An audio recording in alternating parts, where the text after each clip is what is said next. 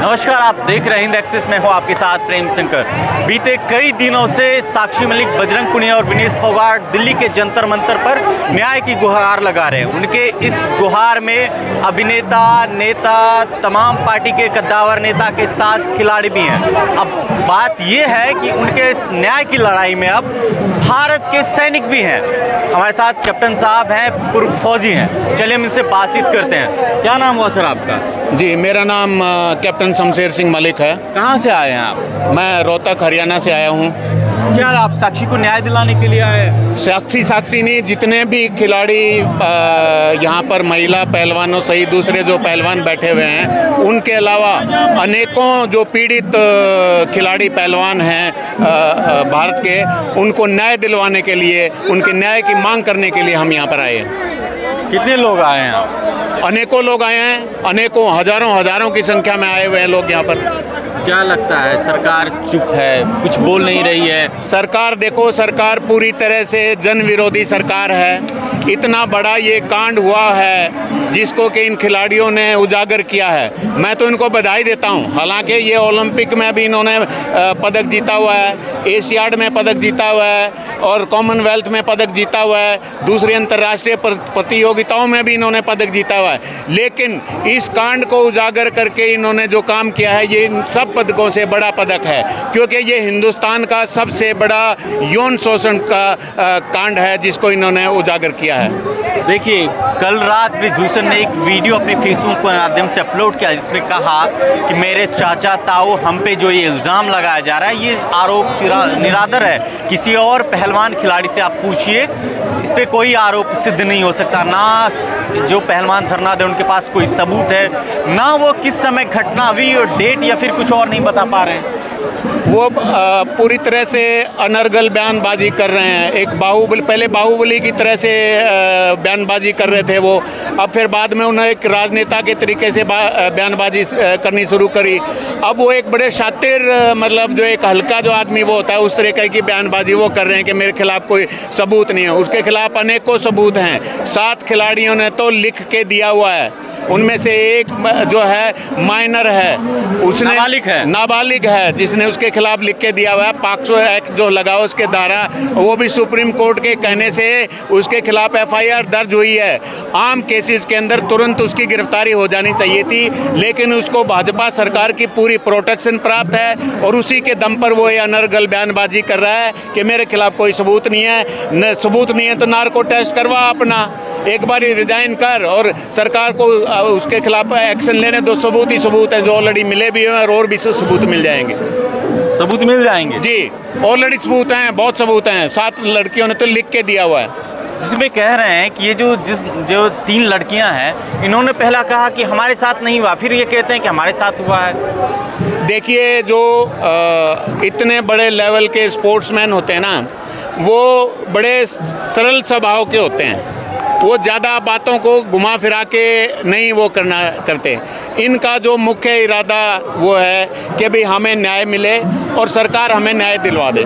जब इन्होंने देखा कि सरकार इनको कोई न्याय नहीं दिलवा रही है, तो अब ये खुल के सामने आए हैं और इन्होंने खुल के जो बात रखी है वो सही में बिल्कुल सराहनीय बात है और इनकी बात का हम पूरी तरह से समर्थन करते हैं।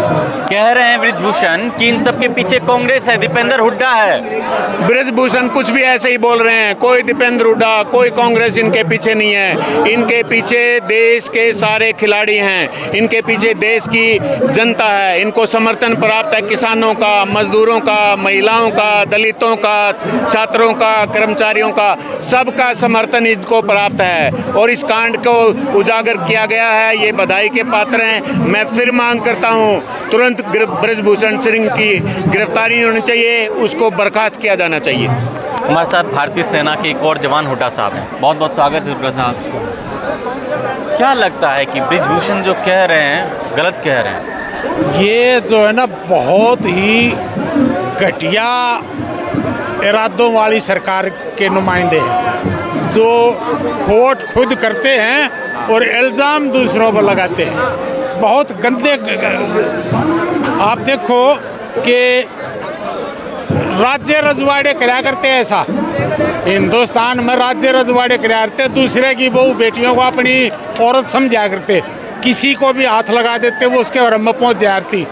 आपको याद होगा कलानौर में एक नवाब होया करता जो जरा कोड़ा पूजा करता, जो किसी की नई बहू छोरी ब्याह ले आया करती तो राजा का नवाब का रात न काटनी पड़ती एक रात, जब जागा अगले जाते। तो ये वो गंदी प्रवृत्ति के लोग हैं जो राज्य रजवाड़ों की इस लोकतंत्र में राज्य रजवाड़ों की कल्चर को वापस ला रहे हैं। और इनको जो कर वो कलानौर का कोड़ा तोड़ा था हिंदुस्तान की जनता ने हाँ हिंदुस्तान की जनता ने इकट्ठा कर न्यू इनकी राज को तोड़ना पड़ेगा, वो एक तरह से कोड़ा तोड़ना पड़ेगा।